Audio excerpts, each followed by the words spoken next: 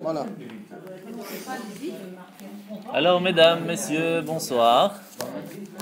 Alors, on est ce soir chez Chaim pour un Torah apéro. Donc, il y a l'apéro, il y a un peu de Torah. Et de quoi on va parler? Beaucoup d'apéro, un peu de Torah.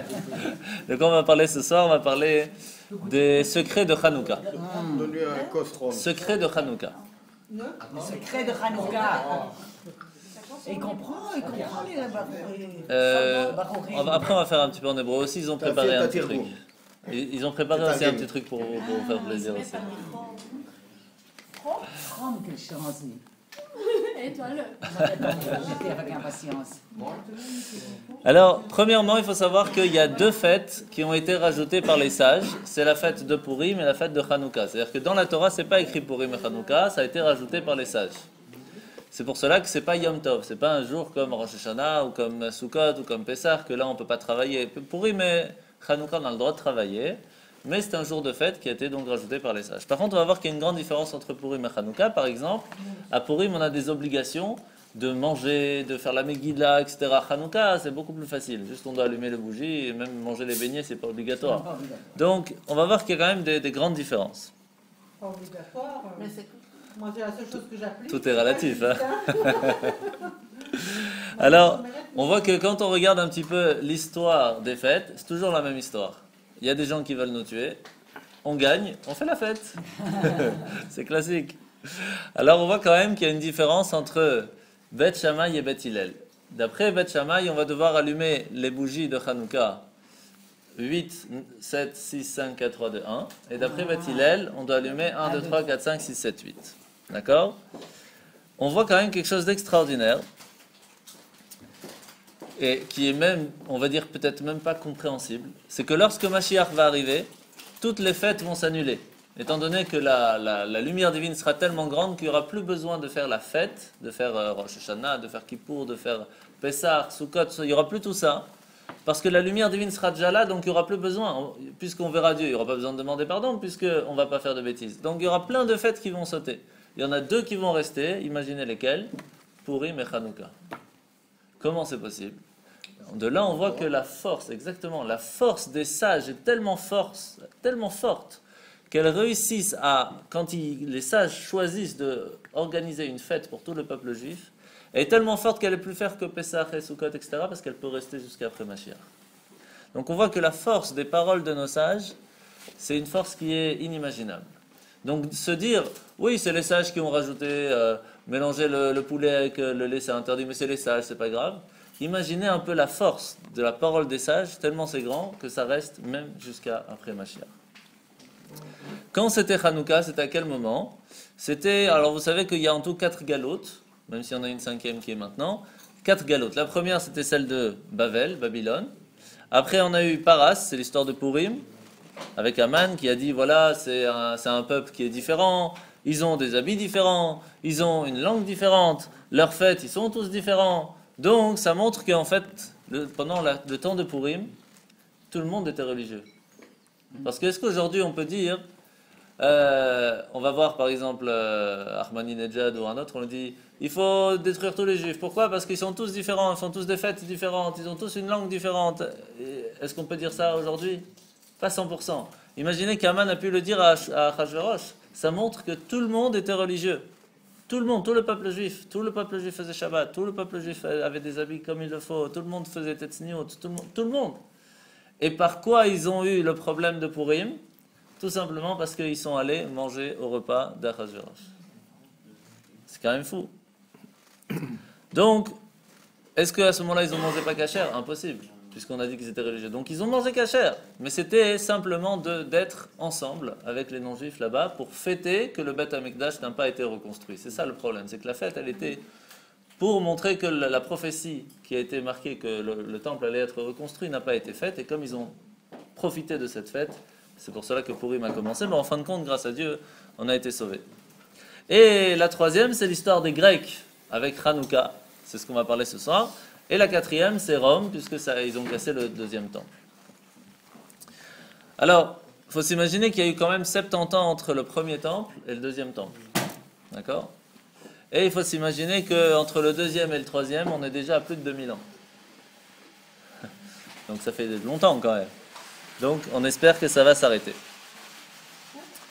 Alors, on voit quelque chose que, entre Purim et Hanouka, il y a un lien très très fort, mais pourtant qui n'est pas exactement le même. À Purim, on tourne avec le Ra'ashan. À Hanouka, on tourne avec le Sevivon. C'est quoi la différence entre l'argent et le sel? Le sel c'est comme ça, l'argent c'est comme ça. Le Ra'ashan de Purim il est comme ça, la Sevivon de Hanouka elle est comme ça. C'est quoi la différence? Pourquoi à Purim on tourne? Pourquoi à Hanouka on tourne? C'est quoi l'histoire de tourner? Alors pour ça il faut comprendre qu'est-ce qui s'est passé à Purim et il faut comprendre qu'est-ce qui s'est passé à Hanouka et vous allez voir que c'est tout ça. Alors premièrement, on voit que à Purim, qu'est-ce qu'ils ont voulu faire? Aman, Achashverosh, ils ont voulu tuer le physique des Juifs. Ils ont voulu tuer la personne elle-même, pas l'âme. Ils ont voulu tuer la personne. C'est-à-dire que même si quelqu'un il se convertissait au christianisme ou tout ce qu'il y avait à ce moment-là, c'était pas grave, il fallait tuer quand même. Tu es juif, c'était comme ça. Alors qu'à Hanouka, ils n'ont pas voulu tuer les Juifs, ils ont voulu tuer l'âme des Juifs. Comment ils ont fait? Par exemple, ils se sont embêtés à aller ouvrir toutes les fioles d'huile et de les toucher et de les refermer. C'est-à-dire qu'à la place de les jeter pour embêter le monde, non. Ils sont allés ouvrir, ils ont touché, ils ont refermé. Ils disent maintenant ils ne peuvent plus utiliser. Ils sont partis partout, ils ont interdit des commandements. Est-ce qu'ils ont interdit de faire la Torah? Non, ils ont interdit que les commandements comme la circoncision, de faire le Shabbat, des trucs qui sont au-delà du naturel. Tout ce qui est logique, pas de problème. Tu veux faire ta prière, c'est bien, fais ta prière, il n'y a pas de souci. Mais par contre, pas tout dans la prière. Tu dis pas Amen, tu dis pas Baruch, tu fais pas Alenu Shabbat. Tous les trucs qui sont pas logiques, quand on apprend la prière, on comprend pourquoi spécialement celui-là et pas d'autres. Alors, il faut pas faire. C'est-à-dire que eux, ils ont dit tout ce qui est logique, c'est bien, c'est pas logique, c'est pas compréhensible par le cerveau humain, il faut pas faire. Donc, on voit que qu'est-ce qui s'est passé en fin de compte dans le miracle? Le miracle de Purim, c'est un miracle qui était tout à fait dans le naturel. C'est là, c'est Esther qui est partie, qui a parlé, et les trucs, il n'y a pas eu de grands miracles. Tout s'est fait dans la nature. Alors qu'à Hanouka, ça s'est fait tout au-dessus de la nature. Tout. Ils étaient un petit peu de juifs, ils ont gagné contre des millions de Grecs. Les Grecs disaient que celui qui était juif et qui se convertissait aux Grecs, il sera riche, il aura un boulot, il sera messoudar, il aura tout ce comme il faut. Et en fin de compte, qui c'est qui a tenu contre cette parole? Pas beaucoup de monde. C'est compréhensible. Imaginez, on vous dit, voilà, tu vas choisir entre mourir ou alors tu n'as pas le droit de faire, sinon on te tue, ou tu choisis d'être grec, de te prosterner une ou deux fois par semaine devant une idole et on te donne toute la richesse du monde, tout ce que tu veux. Tranquille, toi, ta famille, no stress. Tu es accepté partout, sans problème. Tu peux même faire ta prière, mais pas tout. Tu peux faire les fêtes, mais pas tout. Donc, qui c'est qui a tenu en fin de compte? Seulement Matityahu.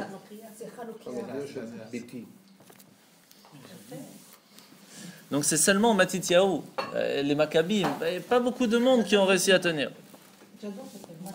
Alors, imaginez un petit peu la récompense quand une personne elle fait une bonne action. Alors je vais vous donner une idée. Est-ce que vous connaissez Nabucodonosor? Tout le monde a entendu parler de Nabucodonosor, oui? Nabucodonosor, il a tué plein de juifs. Il a détruit le temple. La seule chose de bien qu'il a faite, écoutez bien, c'est que lorsqu'il a envoyé une lettre à Chizkiyahu, le roi, à ce moment-là, il a écrit pour le roi, pour les sages et pour Dieu. Et quand il a envoyé la lettre, il s'est dit non, une seconde, reviens. Et il a fait 3 pas pour aller chercher la lettre pour changer. Et qu'est-ce qu'il a écrit? D'abord, il a effacé le nom de Dieu à la fin, il l'a mis au début. Il a dit pour Dieu, on doit le mettre au début dans la lettre. C'est pas joli, c'est un manque de respect. Pour ces 3 pas qu'il a fait, Dieu lui a donné 70 ans de règne sur le monde entier. 3 pas. Pour le respect de Dieu. 3 pas. C'est rien. Et pourtant, on parle de Nabucodonosor ici. C'est pas quelqu'un de gentil, sympathique, qui fait 3 pas spécialement et qui gagne. Et qu'est-ce qui s'est passé? Qu'est-ce qu'il a gagné grâce à ça? 70 ans. Comment ça a marché ces 70 ans? 45 ans, lui, il est resté. Salut Hélène, tout va bien? Oui, ça va. Hachem. 23 ans, son fils, et le petit-fils, 2 ans. En tout, 70 ans. Et après ça, arrive l'histoire de Purim avec Darius, etc., qui arrive et qui prend la place, et puis Achashverosh qui prend la place, enfin, toute l'histoire qui est après, quoi. Donc, imaginez, lorsque nous, en tant que juifs, on va faire une bonne action. Imaginez la récompense qu'il y a derrière. Sauf que, très souvent, on se trompe et on pense que la récompense, elle est dans ce monde. Sauf que la récompense, elle n'est pas spécialement dans ce monde. Elle est surtout dans le monde futur. Et il y a quelques choses, quelques mitzvot, quelques commandements, où on reçoit une récompense, pas que dans le monde futur, mais aussi dans ce monde-ci. Quelle est la liste de ces trucs? Je l'en ai parlé déjà plusieurs fois. Respecter les parents. Respecter les parents, il y a prier bien, il y a aider quelqu'un, faire la paix entre deux personnes, étudier la Torah, aller voir quelqu'un, aller voir quelqu'un de malade, aider à quelqu'un qui doit se marier, aider quelqu'un à enterrer quelqu'un s'il n'a pas assez d'argent. Enfin, il y a toute une liste de grands commandements que cela donne la possibilité de gagner une récompense, pas seulement dans le monde futur, mais aussi dans ce monde-ci. Aider quelqu'un à déménager, ça marche. Bien sûr, c'est dans le Gemilut Chasadim. Gemilut Chasadim, c'est l'aide. Eh ben voilà, le message est passé. Est-ce que quelqu'un veut donner un coup de main?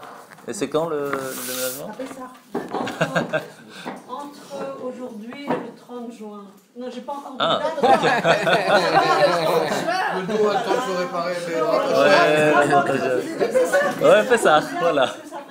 Bon, alors je te donne mes vacances, comme ça tu choisis juste dedans comme ça. Non, mais dès que j'ai trouvé, je pars, mais ça 30 juin, on peut faire. Mais je sais pas, ça m'inquiète si j'ai le dos cassé. Ah ouais. Juste me bien mettre dans les caisses. Ça va. Bah alors, Bezrat Hashem. Quand tu auras une date, tu nous tiens au courant, avec plaisir.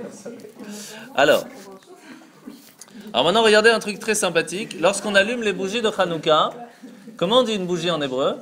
Ner. Comment on dit une lumière en hébreu? Oh, fait, magnifique. Alors, la lumière, la flamme, c'est quelque chose, c'est ce qui nous lie entre le matériel et le spirituel. Pourquoi? Parce que la lumière, c'est matériel, parce qu'on peut le toucher un petit peu, mais ça reste spirituel parce qu'on ne peut pas l'attraper. Donc c'est une des choses qui est entre les deux. C'est ni tout à fait matériel, ni tout à fait spirituel. Et qu'est-ce qui fait cette force?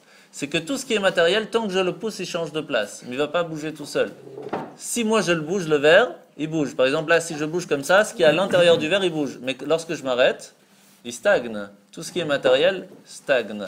Tout ce qui est spirituel, c'est quelque chose qui bouge tout le temps. Le feu, même lorsqu'il est tout seul, il bouge. Tout le temps en train de bouger. C'est quelque chose qui est matériel d'un côté, mais aussi spirituel de l'autre. Et ça, c'est quelque chose qui est extraordinaire. Et d'où est-ce qu'on voit ça? D'où est-ce qu'on voit dans la Torah qu'Hachem il a créé la lumière de cette façon? Eh bien, on va compter depuis le mot Bereshit. Si on compte le 25e mot de la Torah, c'est Or, la lumière. C'est pour cela que le jour de Hanouka, c'est le 25 qui se lève. Parce que la lumière qu'on allume à Hanouka, c'est la même lumière qui a été allumée le premier jour de la création. Excusez-moi, j'ai pas compris. Je répète. Quand on prend le livre de la Torah Bereshit, on compte le 25e mot. C'est le mot Or, la lumière. Cette lumière, on peut la rallumer 8 jours par an, le jour de Hanouka. Pourquoi? Parce que le jour de Hanouka, c'est le 25 qui se lève. Ok? Et donc, C'est de la poésie, ça. C'est plus de la Kabbalah. ça c'est du remez encore, c'est des allusions. On n'est même pas arrivé au drash encore. Alors, maintenant on va parler un petit peu plus. Regardez, dans le Teilim, il y a une phrase très connue qu'on fait aussi dans la prière. Apach nishbach va'anachnu nimlatnu. Apach, ça veut dire la fiole entre guillemets est tombée, et nous, va'anachnu nimlatnu, et nous on va être sauvés. C'est quoi pach? Le mot pach en hébreu, c'est P, Chet. Le P, c'est Purim. Le Chet, c'est Hanouka. À part Nishbar, Purim et Hanouka, on a essayé de nous casser. Maintenant, on a été sauvés. Et comment est-ce qu'on appelle la fiole d'huile? Par Shemen. Le jour de Hanouka, lorsqu'on prend cette fiole d'huile et qu'on allume, on répare tous les problèmes qu'il y a eu à Purim et Hanouka et on les relève à un niveau différent.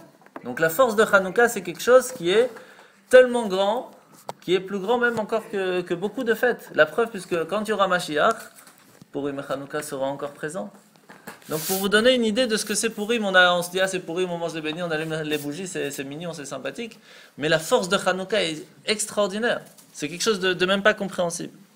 Par exemple, les Hashmonaïm. Dans le mot Hashmonaïm, il y a le mot Shemen. Shemen, c'est l'huile. Il y a la valeur numérique de 25 pour le 25 du jour de Hanouka et la lettre Chet pour les 8 jours de Hanouka. C'est pas Stam qu'Hachem il a appelé les Chashmonaïm Chashmonaïm. Non. Il y a une force derrière. Les Grecs, c'était les Spartes.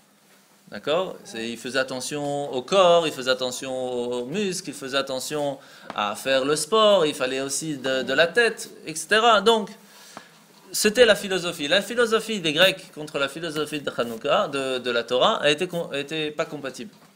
Et le problème, c'est que dans tous les autres peuples, lorsqu'ils sont arrivés devant les Juifs et qu'ils n'ont pas compris la philosophie juive, ils ne sont pas allés contre la philosophie, ils sont allés contre la personne. Seulement les Grecs sont allés contre la philosophie. Pourquoi? Parce qu'ils ont dit aux Juifs, mais je ne comprends pas, pourquoi vous êtes coincés? Nous, on vient vous faire une ouverture d'esprit. On vient vous donner la philosophie, on vous ouvre l'astrologie, on vous ouvre la possibilité de faire des jeux, le sport, c'est magnifique. Pourquoi de partout dans le monde, on arrive avec cette philosophie, tout le monde l'accepte, tout le monde est content, c'est une ouverture, et vous ne l'acceptez pas, vous restez dans votre Mishnah, dans votre Gemara, dans votre galère, dans votre fête, dans votre truc.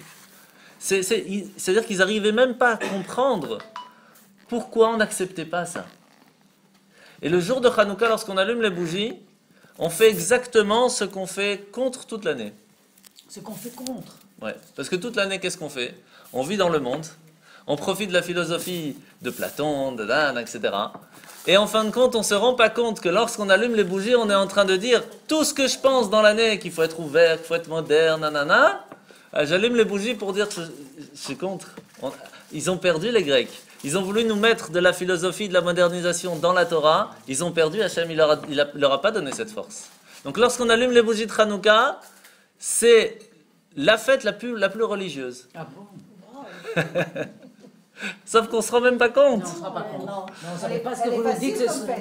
C'est la plus facile, mais c'est... Non. Hanouka, c'est le Haner, éduquer. Ah ouais, Éducation. exactement. Si tu assistes, c'est la fête des enfants. C'est pas un hasard si tout est centré sur les enfants. Sauf Pour que... le Haner, rap, Cheno. tu mets pas que vos arabes. Non, non, Il est mais... incroyable. Comme L'histoire, c'est que c'est qui les enfants? c'est tout, hein. Les enfants, c'est nous. C'est nous. Parce que l'âge n'est pas dans le passeport. On doit apprendre. L'âge n'est pas dans le passeport. Ouais, on Et c'est continue. pour cela qu'après, Passe ta vie à exactement. Maintenant qu'on a fait déjà plusieurs années de cours, Rappelle-toi. maintenant on Toi, tu commence à tournes en rond. comprendre ce que Non. c'est Hanouka. Haner, il y a Haner, Chinour. Oui. Ça vient à Hanouka. Ouais. C'est merveilleux, ça. Mais oui, c'est vrai. יש כוונה בכל חגים?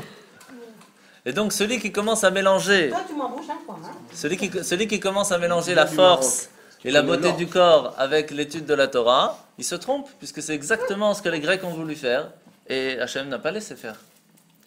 Et donc, on n'est pas en train de parler de celui qui croit en Hachem et qui veut faire moitié-moitié. Ça, c'est chacun fait son choix. Mais celui qui vient et qui dit non, la Torah a faux, c'est comme ça qu'il faut penser, Platon a raison, la Torah n'a pas raison, etc. Ça, c'est problématique et ça, c'est ce qu'on se bat le jour de Hanouka. Et c'est pour cela que lorsque on a eu les miracles de Purim, c'était dans la nature. Pourquoi? Parce qu'ils ont voulu nous tuer dans la nature, ils ont voulu tuer le physique. Alors Hachem, dans la physique, il a fait tourner les choses. Mais comme ils ont voulu tuer notre âme à Hanouka, quelque chose qui est beaucoup plus fort, beaucoup plus spirituel, beaucoup plus grand, alors les miracles étaient beaucoup plus grands. Ils étaient 600 contre quelques millions, ils ont gagné. Comment ça, c'est pas logique. Ils ont gagné plein de guerres. Et pourtant, quand on parle de Hanouka, de quoi on parle? On parle de la fiole d'huile, on parle pas de la guerre. On parle pas de tout ça. Pourquoi on parle pas de tout ça? Parce que c'est pas le plus important. Le plus important de Hanouka, c'est pas pour nous rappeler qu'on a gagné une guerre. Pourquoi? Parce que vous trouverez toujours quelqu'un qui va vous dire « Ouais, mais ils étaient tellement stratégiques, très très bons, ils étaient très intelligents, ils avaient fait des pièges et tout, c'est comme ça qu'ils ont gagné. » Tout le monde va vous trouver une solution comment ils ont gagné la guerre. Ça, c'est un truc rationnel. Même sur les 10 plaies d'Égypte, regardez le dernier Exodus, là, comme ils vous ont trouvé, il y a eu la marée haute, la marée basse, c'est comme ça qu'ils ont passé. Ils vous ont trouvé des trucs. Donc, Quand la on guerre veut de chercher... Kippour, la guerre de ce jour, c'est aussi des miracles. Mais c'est certain, c'est même pas logique de dire que c'était pas un miracle. Regardez un petit peu ce que les soldats racontent. Oui. C'est pas possible que c'était pas un miracle. Ouais. C'est certain. La guerre du Golfe, Mais où on n'a eu aucun mort, c'est aussi un miracle. c'est certain. Mais chaque jour, chaque seconde en Israël, c'est un miracle. Chaque jour, chaque seconde dans le monde, c'est un miracle. Mais nous, on veut le voir de façon rationnelle pour ne pas se prendre la tête. Parce que si on voit ça comme il le faut, alors on se mentirait à soi-même de ne pas faire la Torah. Mais alors C'est ça. pourquoi l'enseignement de la Torah, pourquoi n'est pas comparé à de choses contemporaines pour nous dire comment vous pouvez remettre en question les miracles qui ont eu lieu parce que vous ne les avez pas vus, puis vous avez les mêmes aujourd'hui, vous les avez vécus. Et Comment alors se fait-il qu'on ne fasse pas ce rapprochement?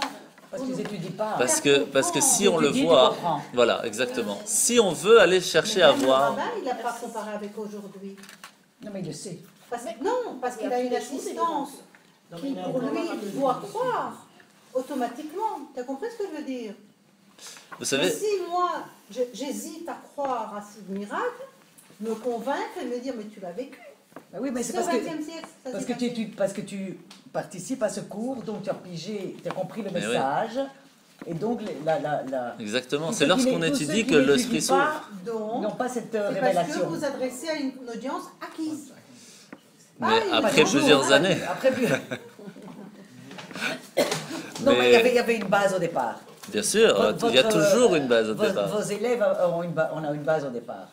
Mais Il faut l'histoire, faire ça, c'est que, en fait, je vais vous dire, avant chaque chose, lorsqu'on veut commencer à se remettre en question pour se dire peut-être je vais voir les choses différemment, tant qu'on n'est pas prêt à accepter que tout ce que je connais, toute l'expérience que j'ai, peut-être je me suis trompé, tant qu'on ne sait pas se dire ça dans sa tête, même si je vous montre des preuves claires, même s'il y a un ange qui vient vous parler, même si Dieu se dévoile devant vous, vous n'allez pas l'accepter. Tant qu'en vous, vous n'êtes pas prêt à accepter que peut-être vous avez tort.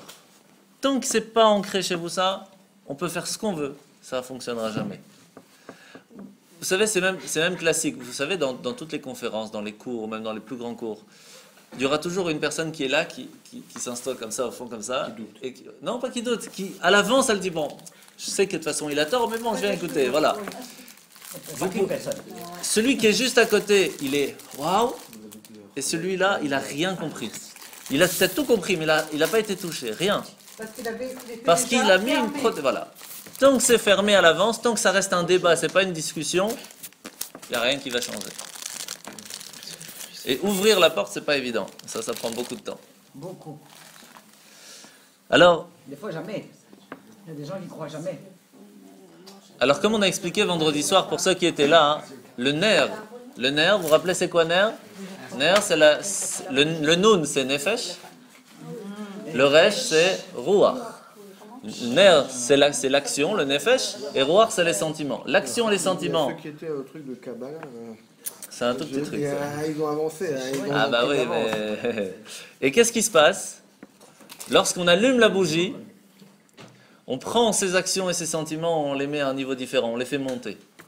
Ça c'est la neshama. Ça c'est la neshama qui tire l'intellect de la connaissance toranique, nous tire nos actions et nos sentiments à un niveau plus haut. Mais on a besoin, pour pouvoir construire quelque chose, de deux personnes, d'un homme et d'une femme. Chez un homme, il y a 248 membres.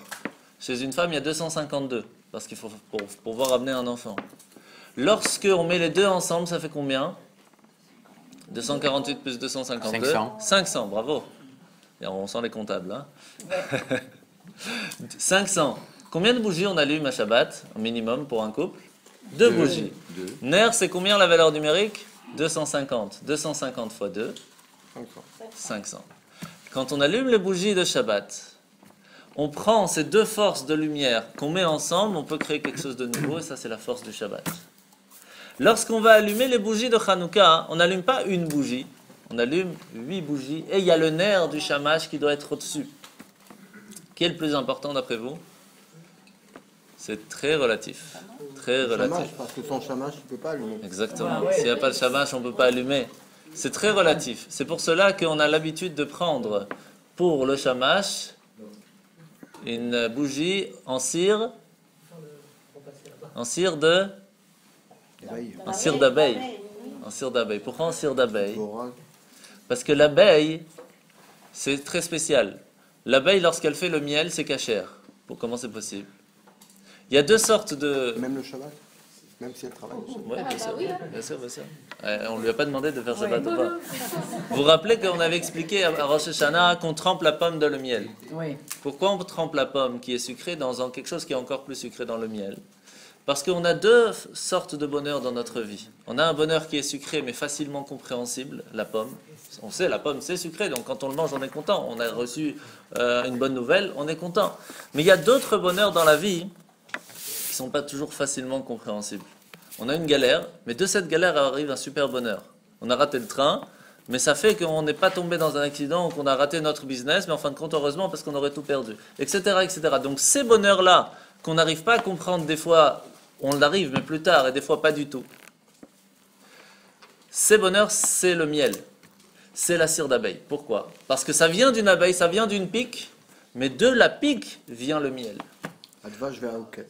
C'est exactement ça. C'est pour cela qu'on prend une bougie en cire d'abeille, pour nous rappeler que le pic de Hanouka que Hachem nous a embêtés, qu'il a envoyé les Grecs, etc., sont en fin de compte ce qui nous a amené à allumer les 8 bougies. C'est pour ça que c'est important d'avoir un shamash en cire d'abeille. Mais comment on va savoir? Alors ça s'achète spécialement. Ah oui. Ah ouais. Comment tu vas... Moi j'ai des bougies normales. Ça c'est les bougies, c'est plastique. Oui, dans la boîte. Il y a pas, Mais les bougies qu'on achète, c'est des... Ça c'est elles sont simple. bonnes, Ça, elles sont c'est bonnes, ces cachère. bougies. C'est Voilà. cachère. Et alors, Elles sont l'huile bonnes. d'olive, tout ce qui est avec l'huile d'olive, t'as pas Vous besoin. avez pas non plus, il faut les acheter à part. Parce que normalement, dans les sets là. Il n'y a pas les chamash en... Non, N'oubliez pas que, mais n'oubliez pas comme tout. Par exemple, vous arrivez à Shabbat, vous voulez faire des chalotes. Vous pouvez acheter des petites chalotes. Vous pouvez acheter des chalotes surgelées. Vous pouvez acheter des chalotes qui sont déjà faites, mais c'est vous qui allez les cuire. Et vous pouvez faire vous-même vos chalotes. Qu'est-ce qui est le plus beau? Ceux qui les font. Pourquoi? Parce que vous faites la mitzvah, vous faites la chala, vous avez mis du temps, vous avez mis... Vous pouvez faire chaque commandement de plusieurs façons. Il y a de plusieurs niveaux. Non, le plus beau, c'est de la manger. Le plus beau, c'est de la manger, exactement. Le plus beau, le plus beau, c'est de le faire avec cœur. C'est pour cela que la chala, par exemple, on appelle la chala de Shabbat avec le mot chala. Vous savez que chala, c'est la partie interdite qu'on ne peut pas manger. Le mot chala, c'est la partie qu'on enlève, qu'on n'a pas le droit de manger. Pourquoi on appelle la chala de Shabbat par cette partie interdite? Parce que les efforts que la femme fait de prendre son temps pour enlever cette partie interdite pour Shabbat méritent à ce que la chala s'appelle chala. Mais normalement, c'est pas de Shabbat, pas chala.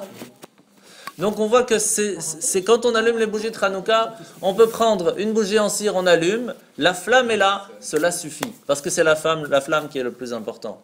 Mais si on peut faire comme il faut avec des bougies de cire d'abeille et qu'on prend de l'huile comme c'était dans le temple, ça n'a plus rien à voir. C'est un autre niveau. Et puis si on reste une demi-heure devant et qu'on ne bouge pas et qu'on parle des bougies, etc. Il y a plein de détails dans Hanouka.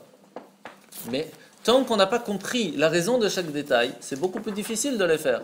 Parce qu'on ne se rend pas compte, on dit, ouais, on a allumé la flamme, ça suffit. C'est vrai, ça suffit. Mais quand on comprend l'intérêt de chaque chose, de chaque détail, on regarde les choses différentes. C'est comme qu'on avait appris ce qu'on avait appris dans le cours jeudi dernier, entre l'écoute et la vue. Si on verrait l'aura de chaque chose quand on fait une bonne action, on ne se poserait même plus la question, est-ce qu'on le fait ou on ne le fait pas, ou on le fait à moitié, on ne se poserait pas la question. Ça, c'est la différence lorsqu'on étudie la Torah. L'étude de la Torah nous permet de voir beaucoup plus et de comprendre beaucoup plus, ce qui fait qu'on va faire les choses de façon tout à fait différente. C'est pour cela qu'on dit Ner Hashem Nishmat Adam. La lumière de la personne, c'est sa Neshama. Pourquoi? Parce que l'huile Shemen, c'est les mêmes lettres que Neshama. Oui. Shemen, Neshama. Et Shemen ou Neshama, c'est les mêmes lettres que Shmoné, de 8. Ou même que Mishnah.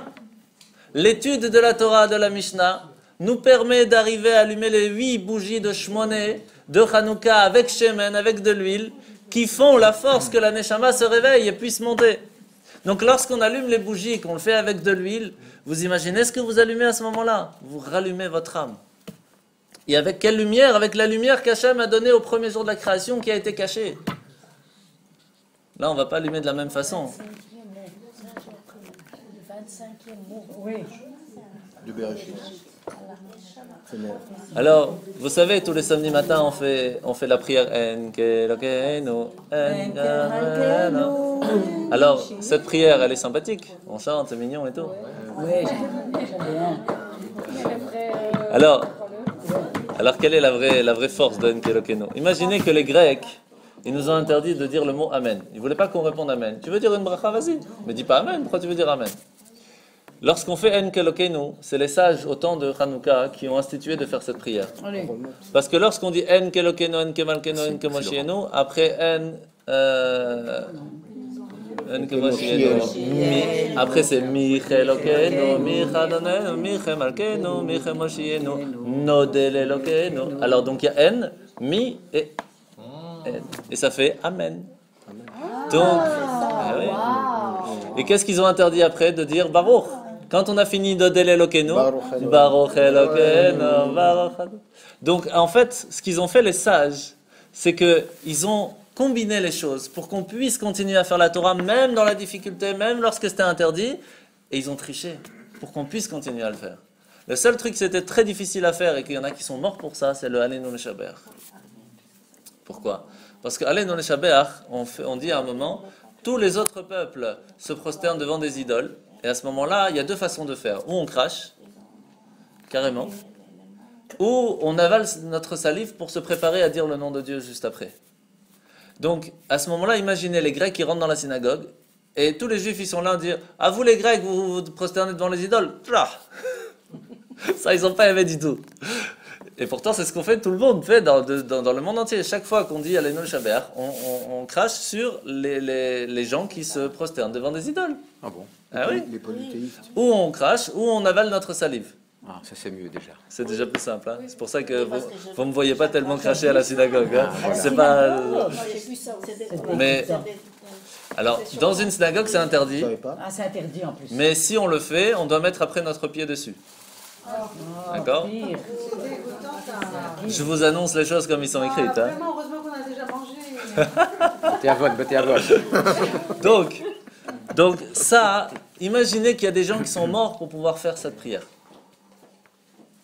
Eh oui, parce que qu'est-ce qu'ils disaient les Grecs? Tu veux prier à Dieu, mais prosterne-toi aussi devant une idole, prosterne-toi devant l'argent, prosterne-toi devant l'honneur, prosterne-toi devant la beauté du corps, prosterne-toi devant la modernisation. Qu'est-ce qu'ils ont dit les Juifs? On ne veut pas se prosterner devant la beauté du corps, c'est pas le plus important. On ne veut pas se prosterner devant l'honneur, devant l'argent, devant les Spartes, devant les sports, devant le football, devant les basketball, On ne veut pas se prosterner devant ça, c'est pas le but de la vie. C'est pas ça le but de la vie, c'est pas pour ça qu'on est venu dans ce monde. Et ça, les Grecs, ils n'arrivaient pas à comprendre. Mais même aujourd'hui, vous posez à quelqu'un la question, même un religieux, vous lui dites, tu regardes le football? Ah ouais, c'est sympa et tout, c'est cool et tout. On va au stade et tout, on va s'éclater. C'est exactement ce que les Grecs ils voulaient. Moi, je mange Ouais. tout, moi. C'est quoi ça? Orange. Les kumquats. Par contre, je voudrais dire un truc très sympathique pour Chaim quand même. Et Kumquats. j'enlève Parce que, Non, tu m'en Ça vient d'Israël. un truc très sympathique pour Chaim. C'est la merde, non? À Hanouka, ils ont trouvé une petite fiole d'huile, elle a duré 8 jours. Wow. Chaim, il a préparé pour 8 jours, ça s'est fini en une soirée. Non, je suis pas prêt encore. J'ai encore du temps. Chazak. Donc en fait, Qui veut? Oui, c'est bon. le mot grec en hébreu, vous savez comment ça se dit? Yavan. Yavan. Vous savez comment c'est quoi les lettres de Yavan? Chol Kazé. Yud, Un Yud, Bet. un Vav et un Nun Sophit. Lorsqu'on commence à penser, comme les Grecs, Jonathan, tu écoutes, lorsqu'on commence à penser comme les Grecs, la modernisation, les Spartes, la beauté du corps, etc., et qu'on base notre vie là-dessus, au début on se dit c'est pas grand chose, c'est juste un match. C'est le Yud, c'est juste un petit truc. Et puis après on descend le Vav. Et puis après on descend encore le Nun Sophit. C'est exactement, sauf que ça descend. Comment on peut faire pour que cette descente, parce qu'on est quand même dans un monde, comment on peut faire pour que cette descente, qui va de toute façon arriver, puisqu'on est dans le monde, qu'Hachem nous a descendu ici, elle soit basée sur une chose qui fait que lorsqu'on va remonter, on va remonter avec plein de bonnes choses. Comment on dit Yerushalayim en hébreu? Yerushalayim. Tzion. Ah. Pardon? Tzion. Ah bon? Ouais. On est Tzion, Yerushalayim. Tzion, c'est les mêmes lettres que Yavan, sauf qu'il y a un tzaddik au début. Ça dit que oui. Si toute la base de notre Torah, on est attaché au tzaddik, on est attaché à l'étude, avec un rave qui vient, qui nous aide, qui nous fait avancer avec le tzaddik de la génération, avec le rabbi, On peut. alors même quand on descend avec le Yud, le Vav, le Nun Sophit, on est toujours attaché au tzaddik, on peut toujours remonter. Et ça, c'est la force de Yerushalayim. Ça, c'est la force de Tzion. C'est pour cela que très souvent, lorsqu'on commence à s'attacher à la philosophie grecque, on peut facilement se tromper, même dans la compréhension de la Torah, et trouver des excuses pour accepter ce qu'on est en train de penser ou ce qu'on est en train de faire. De soi-même, on peut trouver des excuses dans la Torah, alors qu'en fait, on sait très bien que c'est faux. Ça, c'est quand? Lorsqu'on est attaché trop à la philosophie grecque.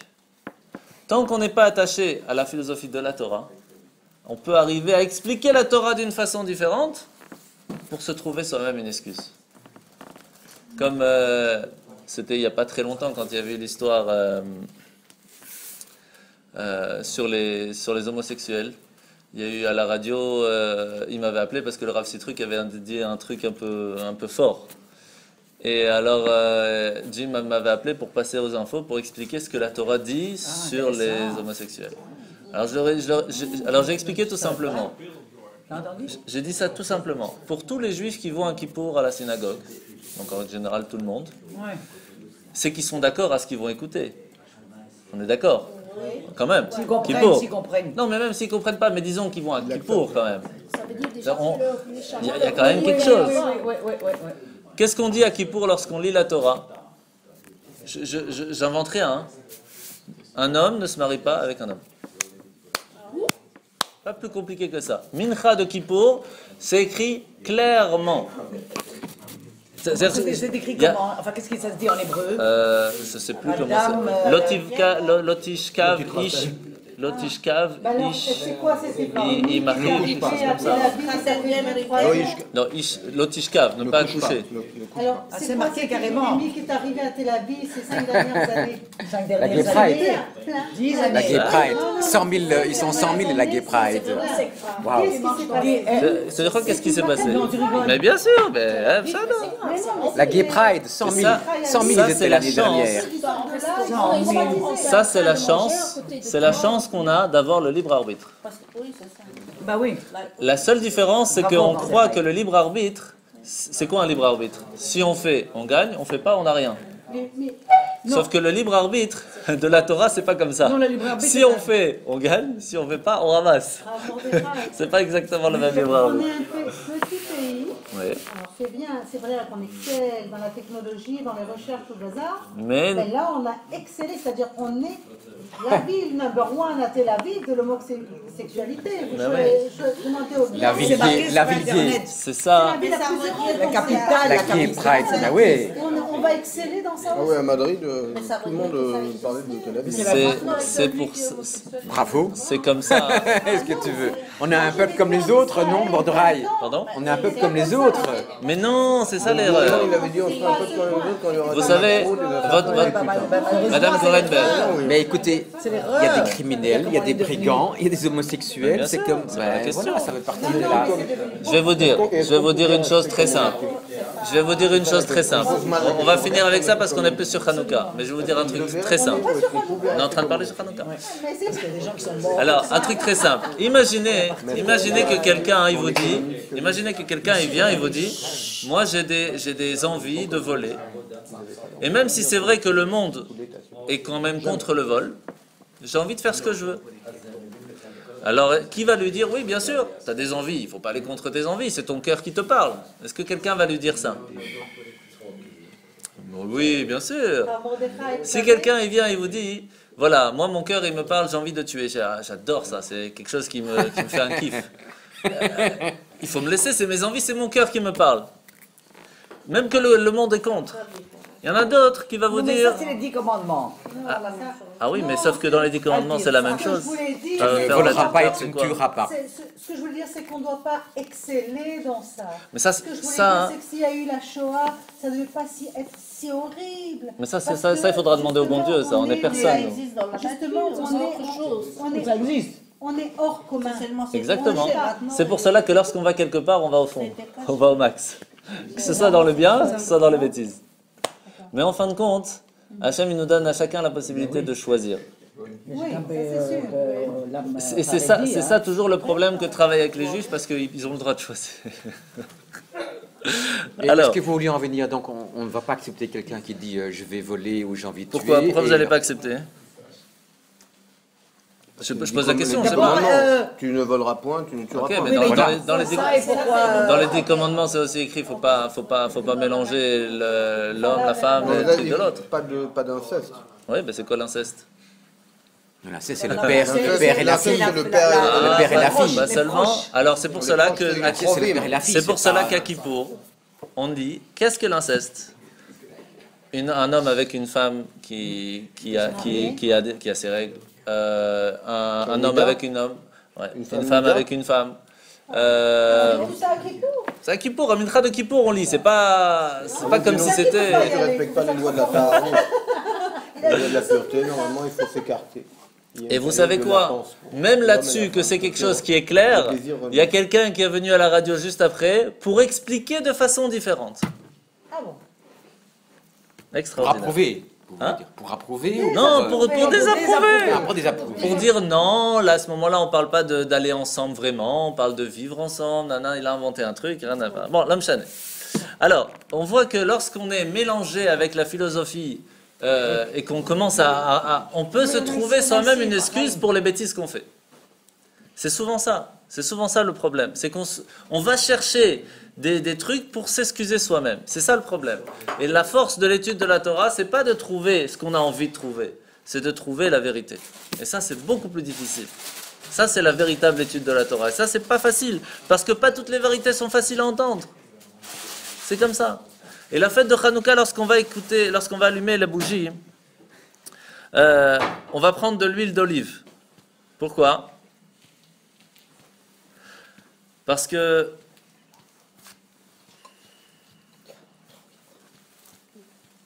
Mais vous, que pas assez. Shemen pour avoir les lettres. oui, Une même, Sophie. je vais vous dire, Parce que c'est On va avoir maintenant des cours avancés et des cours des reculés. C'est pas possible, quoi. Ils savent tout. Oui. je vais vous raconter une petite C'est histoire vos assistants, sympathique. Ouais, bah oui. Faïm et À force. Je vais vous raconter une petite histoire sympathique. Il y avait une fois une société qui devait trouver une personne, une société qui devait trouver une personne qui allait être celle qui allait parler avec le monde entier. Et donc il fallait quelqu'un qui soit très ragoût, très calme, parce qu'il allait parler avec plusieurs sortes de personnes, il allait vendre des choses, il allait être commercial, donc il y a des fois des gens faciles à parler, des gens plus difficiles, des gens compliqués. Donc il fallait trouver quelqu'un de très posé. Alors ils ont fait des tests, ils ont demandé, il y a plein qui sont venus, ils ont fait des tests écrits, des tests oraux, etc. À la fin, ils ont mis tous dans une salle d'attente, tous ceux qui avaient déjà réussi tous les tests d'avant.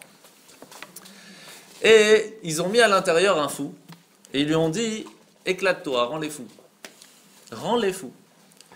Et il a commencé à sauter, à crier, à truc. Et puis au bout d'un moment, il y en a un qui dit, calme-toi un petit peu. Il y en a un qui commence, alors tout le monde, oui, arrête. Tout le monde s'est énervé, sauf un. Sauf un, il était là-bas. Il était assis, tranquille, il n'a rien fait. Au bout d'un petit quart d'heure, le directeur il rentre, il dit, toi, tu viens avec moi, tu es engagé. Alors il dit, mais attends, mais c'est pas sympa. C'est pas sympa, pourquoi lui? Il dit, mais c'est normal, parce que je voulais savoir si dans toutes les situations vous allez pouvoir rester calme, et vous êtes tombé. Alors il dit, ouais, mais c'est pas sympa, tu nous as pas prévenu, si tu nous aurais prévenu, on aurait fait plus attention. Alors, ça nous raconte la même histoire, l'histoire du psy. Je ne sais pas si vous avez déjà entendu parler de cette histoire. Il y a une fois quelqu'un qui vient voir un psy et qui lui dit, j'ai un grand problème, je n'arrive pas à calmer ma colère. J'arrive pas à ne pas me mettre en colère. Avec ma femme, avec mon boulot, avec mon truc, avec mes amis, c'est un grand problème. Alors il lui a dit, pas de souci, reste là dans la salle d'attente, 2 secondes, j'arrive. Il va voir son secrétaire et il fait semblant de chuchoter, il attend que l'autre il entende, il dit, tu vas là-bas, je te laisse 10 minutes, tu me le rends fou. Je veux voir sa colère un petit peu. Mais il sait qu'il entend. Et il rentre dans son bureau et il entend là-bas qu'il lui fait tomber du café, il l'allume. Après 10 minutes, il rentre, il dit, c'est bon, vous pouvez rentrer, je suis à vous. Il dit, vous pouvez m'expliquer comment vous n'êtes pas mis en colère? Il dit, mais parce que j'ai entendu que vous lui avez dit de mettre en colère, donc j'ai fait attention, parce que j'étais prévenu. Il dit, c'est la même chose. Sache que dans ta vie, Hachem, il va t'envoyer des gens qui vont te mettre en colère. Alors je te préviens. Maintenant, tu es prévenu. Sache que le Yetzer Hara va t'envoyer toute ta vie des gens qui vont te mettre en colère. Toute ta vie, on va t'envoyer. Maintenant, tu es prévenu. La force de la lumière de Hanouka, c'est le feu, la flamme, c'est les sentiments qui peuvent être, comme on a appris dans la Kabbale au début, des 4 niveaux différents. Ça peut être du feu, de la colère, de la jalousie, etc. Ça peut être plus calme, ça peut être de la tristesse. Il y a plein de sentiments qui peuvent aller. Mais ces sentiments peuvent être utilisés de la meilleure façon. Pas des sentiments de l'âme animale, mais des sentiments de l'âme spirituelle. Pour arriver à savoir quelle bougie on va allumer, quelle flamme, quelle essence on va envoyer, quelle flamme à l'intérieur de nous on va utiliser. Ça dépend de nous. La force des lumières de Hanouka, c'est qu'on peut aller chercher celle qu'on a envie. La bonne lumière, la bonne flamme. Et pourquoi est-ce qu'on utilise de l'huile? Parce que l'huile, ça vient de l'olive. On écrase. Le juif, si on veut trouver la beauté qu'il y a à l'intérieur de lui, il doit s'écraser, savoir qu'il y a quelque chose qui est au-dessus de lui. C'est pour ça qu'on met la kippa, c'est pour ça qu'on doit prier, c'est pour ça qu'on met le tefillin. On doit s'écraser un petit peu par rapport à Dieu. Et Savoir les qu'il... maris aussi, ils doivent s'écraser? Ça, de toute façon, même si on veut... on a toujours le dernier mot. C'est oui, chérie. Et c'est là qu'on a bonne nuit. Voilà, là, il n'y a pas de problème. Mais quand même, et c'est ça qui est extraordinaire, et là, vous allez sûrement dire que c'est OK. Après qu'on s'est écrasé, on sort de l'huile de l'olive. Et même si on la met dans la mer, et là, écoutez, c'est très important, même si vous mettez une goutte d'huile dans la mer, tant que la mer, je parle de la mer avec de l'eau, hein, tant que la mer, elle est dans les vagues, elle bouge, on ne verra pas l'huile. Quand la mer est calme, l'huile va remonter. C'est la même chose avec nous. Tant on bouge, on est dans la vie de tous les jours, etc., notre âme n'arrive pas à remonter, on n'arrive pas à la voir. Le Shabbat, on est ragoua, on est calme, on s'arrête. Le monde s'écroule, on est cool. À ce moment-là, l'huile remonte, notre âme remonte et on profite de cette lumière de Shabbat. Pendant Hanouka, les 8 jours de Hanouka, il y a une demi-heure où la femme n'a rien le droit de faire. Quand on allume les bougies de Hanouka, la femme doit être servie par son mari. Rien le droit de faire. En profiter, 8 jours par an, 30 minutes, c'est pas énorme. Alors, il y a 23h30 pendant lesquelles on ah ouais, bah oui. on travaille. Après, s'ils ont pas, c'est qui va tourner la table? C'est pas vous n'avez pas le droit. Ou vous amenez avant, ou vous faites pas. C'est eux qui se débrouillent. Ah oui, moi j'allume les bougies, je me lis, je demande mon service. Voilà. Pendant ma demi-heure, tout. Fallait pas venir, il c'est a ça, pas hein. revanche, il a 23h30. Après, il va en profiter. Hein. T'as 30 minutes. Vous allez voir le chronomètre à la seconde près. Hein. Moi, je savais pas que c'était 30 minutes. Où est-ce qu'on tire ça 30 minutes? Le temps que la bougie... C'est le temps que la bougie est minimum, ouais. Ah, voilà. Ok. Moi, c'est des petites bougies. Et c'est pour ça, hein, Mèche longue ou mèche courte? c'est pour Comme dans ça, Il était une fois la révolution. c'est pour ça que on prend de l'huile pour allumer. On prend pas des bougies si c'est possible. On prend de l'huile parce que l'huile ne se mélange pas. On se rappelle qu'on a la chance que même avec toutes les bêtises qu'on peut faire dans le monde, même si on est le plus loin, on est même comme les Grecs, même que l'âme est perdue, on est quand même de l'huile. Même si on est mélangé, qu'on mélange la mer de tous les problèmes, de toutes les bêtises qu'on peut faire, on est une goutte d'huile. Cette goutte d'huile, lorsqu'on se dit, allez stop, j'arrête mes bêtises, tout seul elle remonte. Tout seul. Elle ne peut pas se mélanger. Cette goutte d'huile ne peut pas se mélanger. Notre âme juive est là et elle ne peut pas se mélanger. À partir du moment où elle brûle, elle ne peut pas se mélanger. C'est pour cela qu'on allume pendant combien de jours, Hanouka? 8 jours. Pourquoi? Parce que le maximum dans la nature, c'est combien? 7. Il y a 7 jours de la semaine, etc. 8, c'est au-dessus de la nature. Chashmonaïm. Chet Shmoné. Chet Shmoné. Bah oui, c'est ça. C'est ce qu'on a expliqué tout à l'heure. Est-ce que c'est encore le chet? Chet, c'est 8 jours. Le 8, c'est la 8e lettre de l'alphabet. Laurent, on se calme. Non, mais le chet. Ah, c'est le... C'est la 8e lettre. Je ne dis plus rien. C'est pour cela aussi, c'est pour cela qu'on allume les bougies de Hanouka de droite à gauche ou de gauche à droite. Droite à gauche. Comme il est, comme il est. Non, mais le premier, on le met là. Alors on les prépare de droite à gauche, mais on allume de gauche à droite. Oui, oui, de gauche à Donc, droite. on le met, oui, comme ça. On les met de droite à gauche et on les allume de gauche à droite. Tu reviens oui. chez les débutants. Tu reviens avec nous. Et on met où la Hanoukia quand on la met à côté de la porte, on la met... Sur la fenêtre. Non, Non, on la met à côté de la porte. Mais on comment la on va met. dire la fenêtre? Ça dépend où vous habitez. Si vous habitez dans C'est une maison, ouais, c'est bon. si vous Ça veut dire habitez. le côté droit ou le côté On gauche. nous vous a voulez dit la savoir. fenêtre pour que ça soit de l'extérieur. Alors regardez, Ça dépend. si quand on marche dans la rue où vous habitez, Oui. si vous mettez à la fenêtre, tout le monde va la voir, alors vous mettez à la fenêtre. Mais si on ne voit pas, ça ne sert à rien de mettre à la fenêtre. Parce que le but, c'est que les autres voient. Donc si vous ne les voyez pas, il faut le mettre en face de la mezouza de la porte. C'est-à-dire que vous avez la porte, vous avez la mezouza. La mezouza, on la met toujours à droite. Et la chanoukia, on doit la mettre à gauche. Non, pas dans la rue. Chez vous à la maison. Ah, chez nous, mais la mezouza est toujours à l'extérieur. Mais vous avez plusieurs Non, portes mais avec dans- plusieurs des mezouza. portes à Ah, je croyais l'intérieur que c'est la porte de la maison. Non, pas obligé. Le salon, quoi. la Près de la mezouza. Une des mezouza de la maison. En général, on met la salle à manger parce que c'est là où tout le monde avance. Tout le monde est là. Tout le monde de l'extérieur de la maison. Non. Non, si vous ne pouvez pas mettre à l'extérieur, vous mettez à l'intérieur, Ouais. mais vous mettez à l'intérieur en face de la mezouza. Bougie de gauche. Vous avez la bougie de la... Quelle bougie de Hanouka on s'est marié? Aïe, ça c'est question pour un champion là. C'est la date. Non, pas la- Et donc, pourquoi pas Allez, la première. Hein? Tu fais l'inverse. Non. Les flashs. Mais tu les allumes. Mais quand tu la mets sur la C'est la Hanoukia, quantité. tu la mets Commence par la à droite. droite, faire comme ça, Allume. Non, ça c'est Hillel et Shammai. première bougie. on n'a pas vraiment tout Ça, c'est à la fait, fin. interdit. Non, c'est que quand tu auras Mashiach qu'on va faire Non, comme Shammai. généralement, il est soit au milieu. Ben, la première bougie Alors de une autre Hanouka. question. Mettons qu'ils sont sur la droite. Une question pour Jonathan. Commence par la gauche. À combien de mètres ou de centimètres minimum ou maximum on peut mettre la Hanoukia en hauteur? Laurent, Ça veut dire ça. Alors premièrement, on la met pas tout à fait par terre. La Hanoukia ne doit pas être par terre. Pourquoi? Parce que les gens ils vont croire que c'est pour allumer la... C'est pas joli, il n'y a pas de truc. On met pas non plus d'un mètre. Parce que si c'est plus d'un mètre, les gens peuvent croire qu'on a mis ça pour allumer la chambre. Donc on doit mettre entre à peu près 30 cm jusqu'à 1 mètre maximum. Sur la table, c'est quoi Alors, mettre, il faut voir. 75 cm. Il faut voir. Comme ça? Ça, c'est 90 cm à peu près, là, Laurent? Alors si Ça c'est va dans allumé le comme ça va, mais Ça, pas c'est plus. 90 cm. Pas plus, parce qu'après ça fait comme si vous voulez éclairer la pièce. Et là c'est un problème, parce qu'on allume les Hanoukia, pas pour allumer la pièce, pas pour éclairer, pour la mitzvah de la Hanoukia. Et vous savez pourquoi? Non, ça c'est Pirsumé Nissa. Ça n'a rien à voir. Pirsumé Nissa, Pirsum Shalanes, pour faire passer le message du miracle.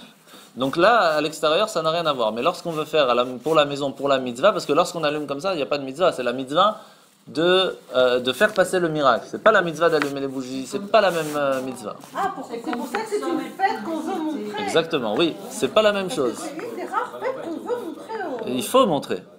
Il faut montrer, c'est le but. Et pourquoi on allume si bas? Pourquoi on allume si bas?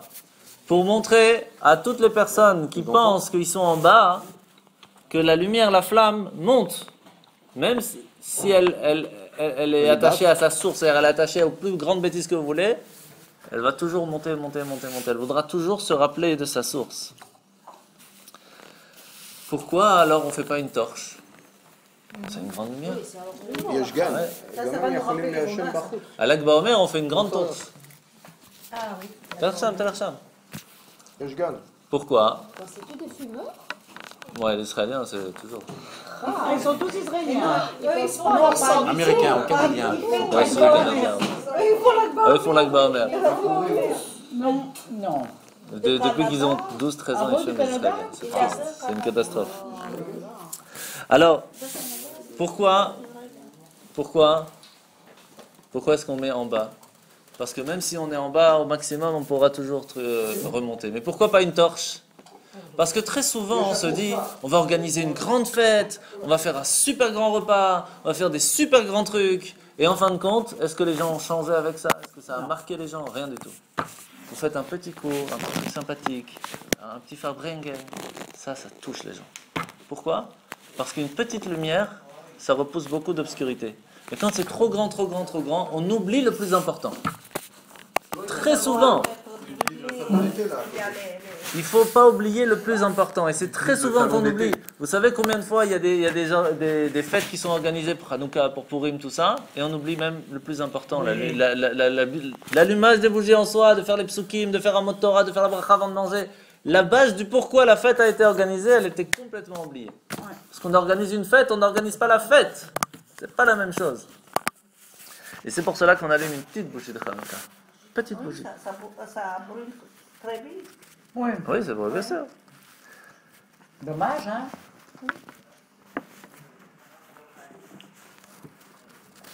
Alors pourquoi ces vivonnes? Ah oui. C'était au tout début, c'était la question. Mais oui, parce que les Grecs, ils venaient dans les maisons voir, Ouais. ils ne pouvaient pas faire l'étude de la Torah. Exact. Alors, ils jouaient avec ça et dans le temps, il n'y avait pas encore les lettres encore. Mais Non. c'était. Attends, non. Nas Gadol. Mais alors, la question c'est Oui, mais pourquoi? dans le temps, Si, ils avaient différemment, mais ils avaient. Mais pourquoi on joue à la toupie? C'est pour se rappeler de ça. Pourquoi on fait les rachan, on tourne? Pourquoi? Il y a le hasard. Parce que pour nous rappeler une chose très très importante. Nous, on ne connaît pas notre destin. Mais le Goral, Le destin, il est qu'on essaye de faire un maximum de choses et en fin de compte, c'est ça qui va tourner. attends, Ah, comment? le Goral, le destin, Goral, c'est pas le destin. Hein. c'est le Oui, sort. voilà, c'est Le sort, Si, c'est c'est- pas la même chose. Non, c'est le destin. Mazal, c'est le destin.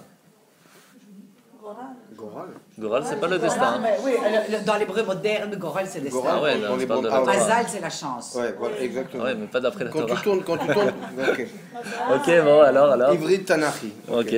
Quand tu tournes la Sévivonne, c'est le même sens pour moi que le hasard, ou le destin, si tu préfères. Ça peut tomber sur Ness, ça peut tomber sur Raya, ça peut tomber sur Po, ça peut tomber sur Gadol. De la même manière qu'à Purim, tu dois boire. Chatalo, Tezaye, Ben Mordechai et Alors, Ashvarosh. alors écoute bien. Est-ce que Parce c'est pas une idée de, à chaque fois, Et c'est exactement ça l'inverse, tient- en fait. ça tient pas aussi C'est exactement c'est l'inverse. l'intervention divine dans les si deux on cas. si on veut que notre destin puisse tourner comme il le faut, si on veut que le Sévivon y tourne, si on veut que le Rachan y tourne, il va pas tourner tout seul. C'est à nous de le tourner. Si on veut que notre destin change, c'est nos actions qui font que notre destin change. Et à Hanouka, on apprend ça. Si on veut que notre destin, on puisse vivre dans la Torah, les mitzvot, ça va pas venir tout seul. Il faut d'abord initier C'est à le mouvement. nous de tourner, c'est à nous de faire l'action, c'est à nous d'avancer. C'est pour cela qu'on fait attention d'allumer les bougies avec de l'huile, pour se rappeler de cette huile qui a été trouvée. Parce que lorsqu'on était à Hanouka, ils n'ont pas voulu allumer la bougie avec de l'huile qui était impure. Pourquoi ils n'ont pas voulu? Pourtant on a le droit, dans un cas où il n'y a pas la possibilité, on a le droit. Dans un cas où il n'y a pas la possibilité, on a le droit. Mais à ce moment-là, c'était Hanouka. Ça veut dire, ils se sont battus pour allumer avec de quelque chose de pur. Parce que sinon, les Grecs, ils auraient dit, ah bah tu vois, on a réussi à les avoir. Parce qu'ils ont quand même mélangé l'impureté avec la lumière de la menorah. Alors que c'était tout ça pourquoi on s'est battu. On s'est battu pour dire aux Grecs, ta philosophie, tu crois qu'elle est bien, que tu peux mettre la modernisation, tu peux mettre la beauté du corps, tu peux mettre toutes ces bêtises. Avec la Torah, non. Lorsqu'on allume dans le temple, la véracité de la Torah, la véracité de Dieu, c'est une huile pure. C'est pour cela que c'est Hanouka, c'est Chinour, comme il a dit. Le Chinour d'un enfant doit être pur. Il ne faut pas mélanger. Il faut pas mélanger. Et c'est pour cela qu'il faut savoir une chose très importante, c'est que toute l'année, on n'a pas le droit de demander un miracle. C'est interdit. On a le droit de demander que des choses se fassent, on peut demander que des choses qui sont normalement impossibles à arriver arrivent, mais on n'a pas le droit normalement de demander un miracle, sauf 8 jours par an. On a le droit de demander des miracles. À Hanouka. Hanouka, on a le droit de demander des miracles. En allumant la bougie, non, après. Ou Pendant les 8 jours en règle générale. Tu viens de dire Tu dois que rien les faire pendant autres 30 minutes. jours, on a le Mais droit pas de de miracle non demander plus que pendant des 30 choses minutes. impossibles arrivent. Ah. Mais que des choses impossibles Non, arrivent. tu demandes Ça, de la mais ça- santé. Oui, on demande pas ça, santé, tout ça. Maintenant, on a Miracle.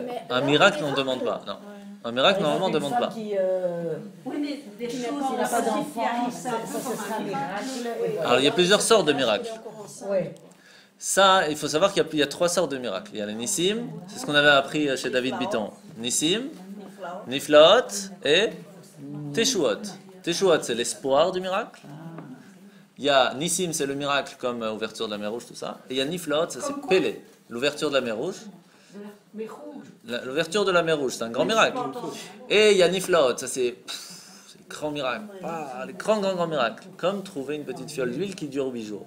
Ça, c'est le grand miracle. C'est pour cela que lorsqu'on fait la lumière de Hanouka, comment on s'en rappelle? Pas par le miracle qu'on a gagné la guerre, c'est magnifique. C'est pas ça qu'on rappelle. On rappelle la petite lumière. Donc,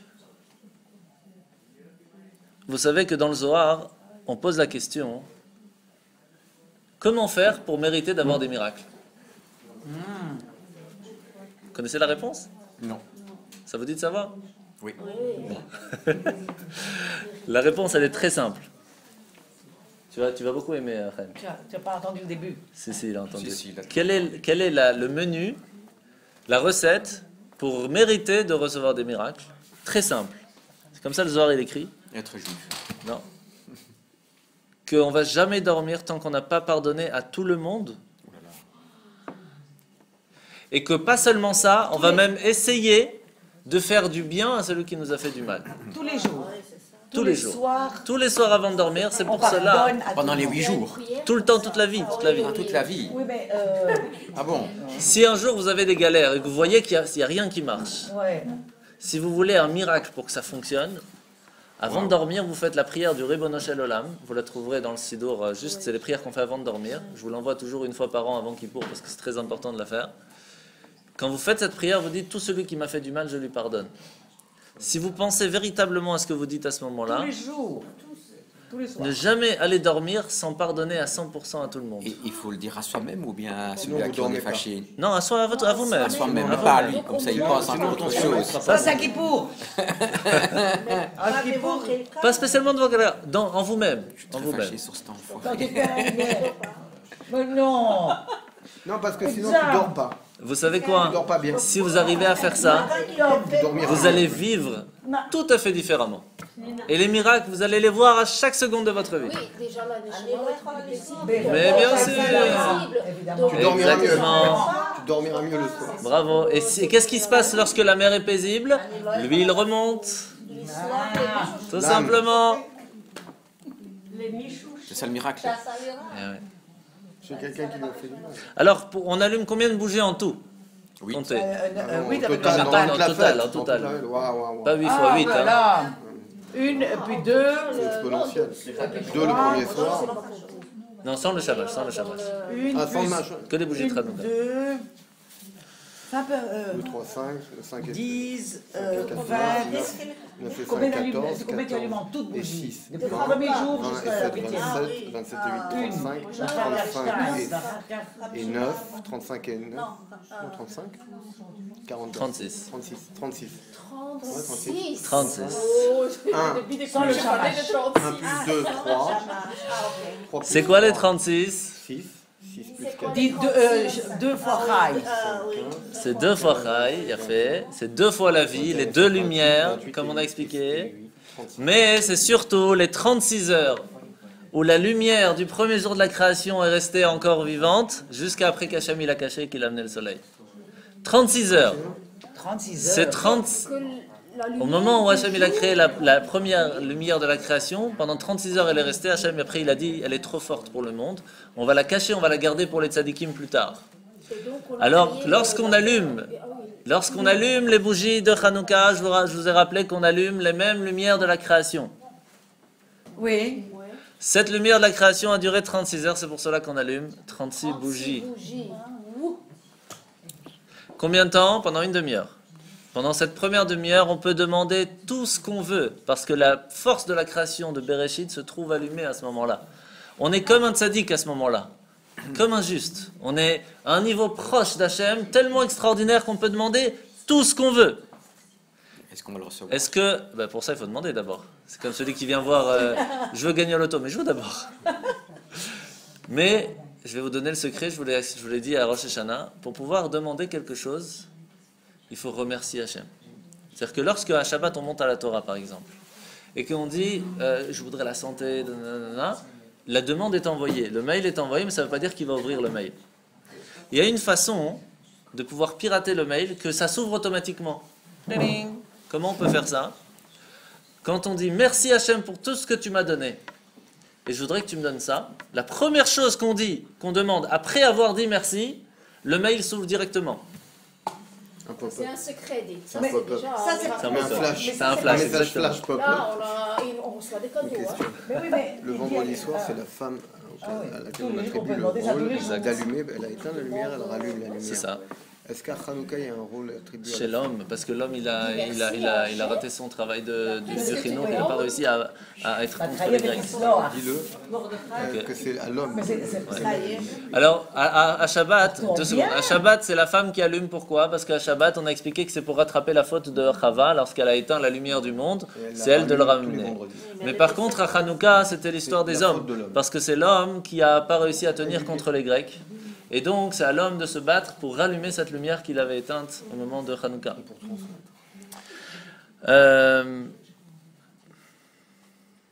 Il y a une heure spécifique pour Oui, la nuit, pendant toute la nuit. À partir du moment où la nuit est tombée, allumer les... que à partir du moment où la nuit est tombée, et tu as toute la nuit pour allumer. Même si tu arrives à 1h du matin, tu peux allumer. Mais il faut attendre que la nuit soit tombée. Donc c'est à peu près 5h30, à peu près dans ces eaux-là. De 5 heures déjà. 5h, ouais, 5h, Oui, ça 5h10. tombe très tard. Ouais, Plus ça tard, tombe. c'est la Par lumière. exemple, on va Il y a dormir, chaud de on peut Michel, par l'éteindre contre parce que c'est dangereux. Non, mais les Oh, bougies en cire, ça dure une demi-heure. seulement. Faut Ça pas dure une demi-heure, t'as pas besoin Non. d'éteindre. Et c'est pas ça que je voulais dire, mais si tu veux, je le dirai après. Ok. Alors,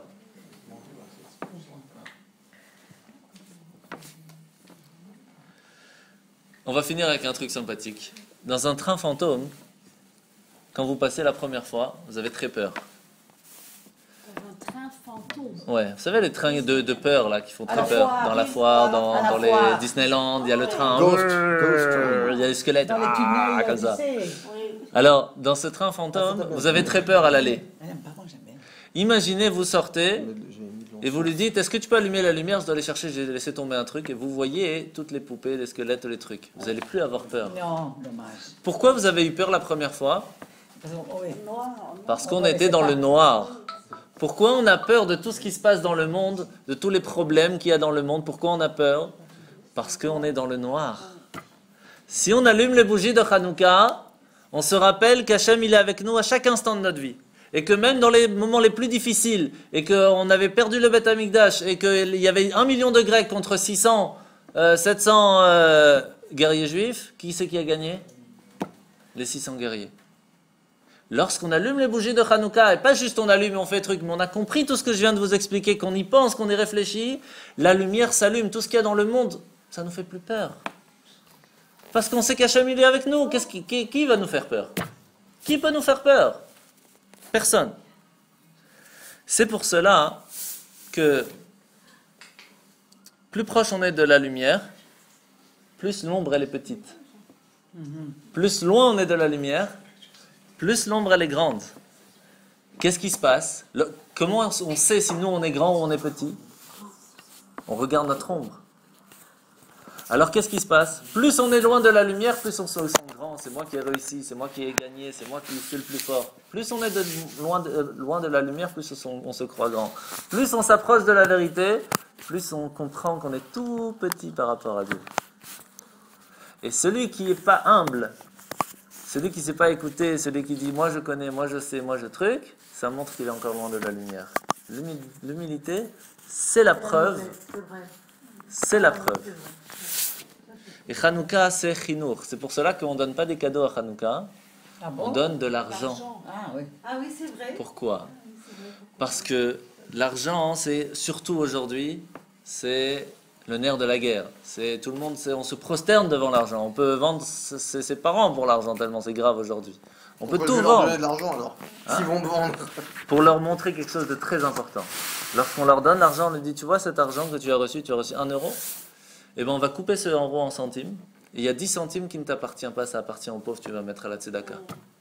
Et à chaque fois qu'il va recevoir de l'argent, qu'il va couper de son argent qu'il a reçu, qu'il peut s'acheter un cadeau et qu'il va donner ça pour les pauvres, ça va être ancré chez lui, cette force de Hanouka. Et ça c'est ça la force de Hanouka. Et qu'est-ce que ça nous apprend? Tant qu'il y a de la vie, il y a de l'espoir. Tant qu'il y a la flamme qui est là, il y a toujours l'espoir de grandir. Et lorsqu'on allume les bougies de Hanouka, on rallume notre flamme. Ça, c'est Hanouka. Echaim. Magnifique.